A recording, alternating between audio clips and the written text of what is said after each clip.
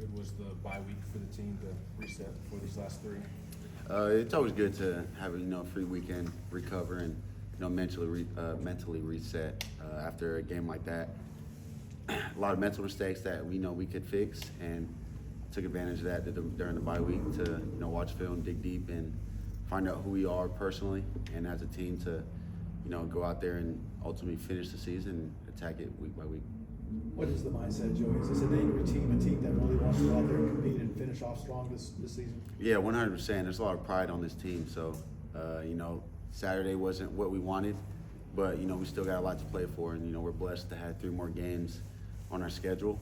And 2 of those games are super exciting games, big rivalry games, super fun environment. So we're going to attack it week by week and, face an opponent as we see them. Joey, how has the leadership on this team been in conveying that message? Like we've still got 2 huge games, lots to play for. Leadership is very good, in both sides, all 3 sides of the ball, offense, defense, special teams, and to have a team that, stays together and still unites as one after, games like we've had and, losses like we had, just little simple mistakes. And to play for a team and be on a team that, everybody still fights and everybody still encourage each other and, have each other back is something, you don't see a lot. So You only got here in mid-May. You've only got 3 games left in the regular season. Does it feel like it's flown by since you got here? Definitely. I mean, when you look back, it's like, dang, only 3 games left, but it's been fun for sure, and it's been a great experience to be out here in Tennessee and be on this team, and super thankful to the fans and my teammates for accepting me. How important is finishing strong to you personally?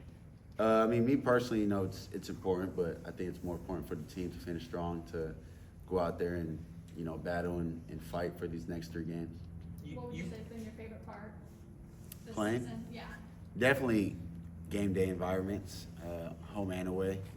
There's a lot of animosity, I would say, in away stadiums, and to play in environments like that and come home to Neyland that's super loud. You got 100,000 people cheering.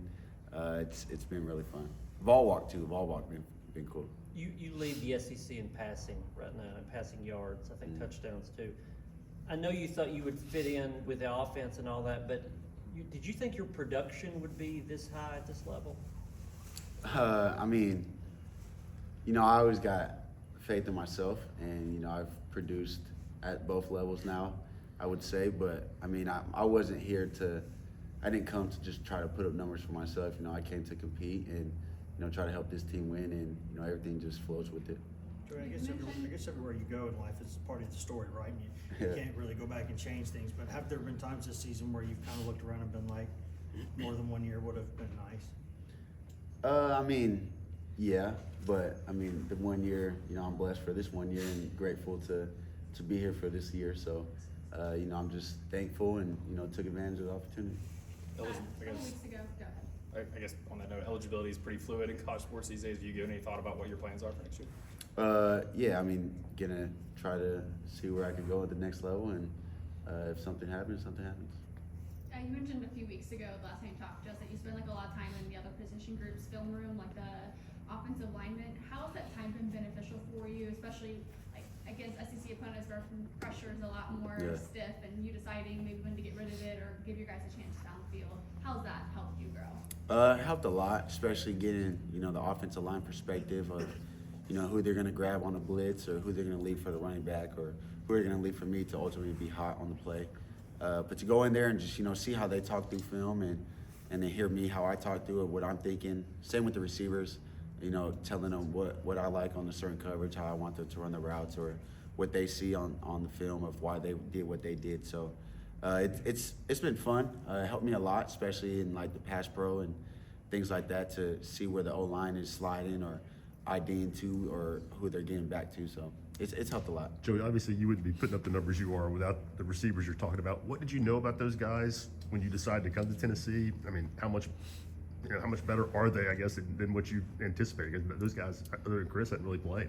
I wouldn't say I knew much, just because I came in, didn't really know a lot of names on the team. I watched games last year, but wasn't familiar with names. But I mean, knew they were great players, and they're here for a reason. And to go out there and, you know, throw the ball and let them guys make plays. And it's been easy on my part, but it's been fun at the same time. You mentioned a little bit about what Tennessee and being here has done for you on the field. What has it meant to you personally? Meaning like on the field and What off. has being a ball meant to you off the field personally in the environment of the school?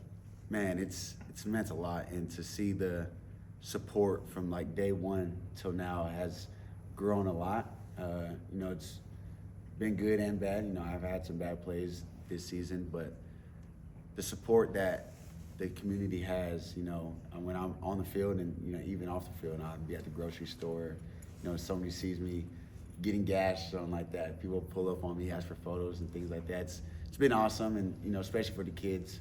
I went to this elementary school the other day. They had like this little like thing they had to make points to attend, and once they all saw me, they all freaked out, and it was cool to see that. But you know, just to be an inspiration for the kids, you know, it makes them, they think we're big celebrities and things like that. So to see them happy and get a what's up or a dab from us, it makes the world is awesome. What have you seen from Jake and George in their development this season? Great. You know, they compete every day. You know, I tell them you got to be ready at all times, because it happened to me at App State. You know, I walked into the first game as a backup, starter gets hurt, get thrown in there. So they've done a great job this year of, you know, preparing like they're the starter, watching film and practicing with good, I don't know how to say it, like, but practicing with like enthusiasm and like excited to be out there, not thinking like, oh, I'm not the starter. You know, they're attacking it every day like they are, and you know, they ask me for questions, I ask them for questions. So we have different perspectives on things, and you know, when we go out there, we see things, feel things a little differently. So to go out there and communicate with those guys, you know, they're here for a reason. They're great players as well. It's been good, and we've grown a lot, I think, as a group as well. In a game like this one where those guys should play, when you come out, how do you turn into coach? Like how do you, like, are you just sitting over there watching the game? Like are you like trying to coach those guys when they come back to the sidelines? What's your role when you eventually do come out? I think it's a little bit of both.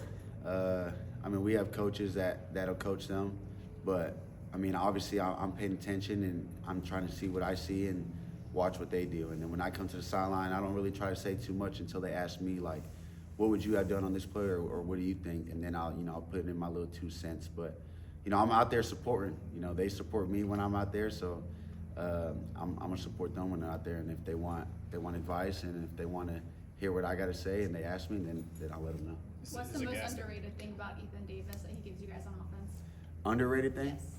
I'll probably say his underrated thing is his pass pro. I mean, he's a big guy out there running routes, catching the ball, but that guy would get his nose dirty and go put somebody on their back.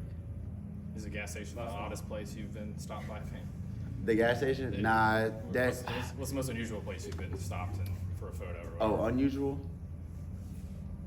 I don't know about unusual. I went to the mall on a Sunday. Probably wasn't the greatest idea. I barely made it out, so. Which Sunday? I forget. It was a couple weeks ago. Thanks, Joey.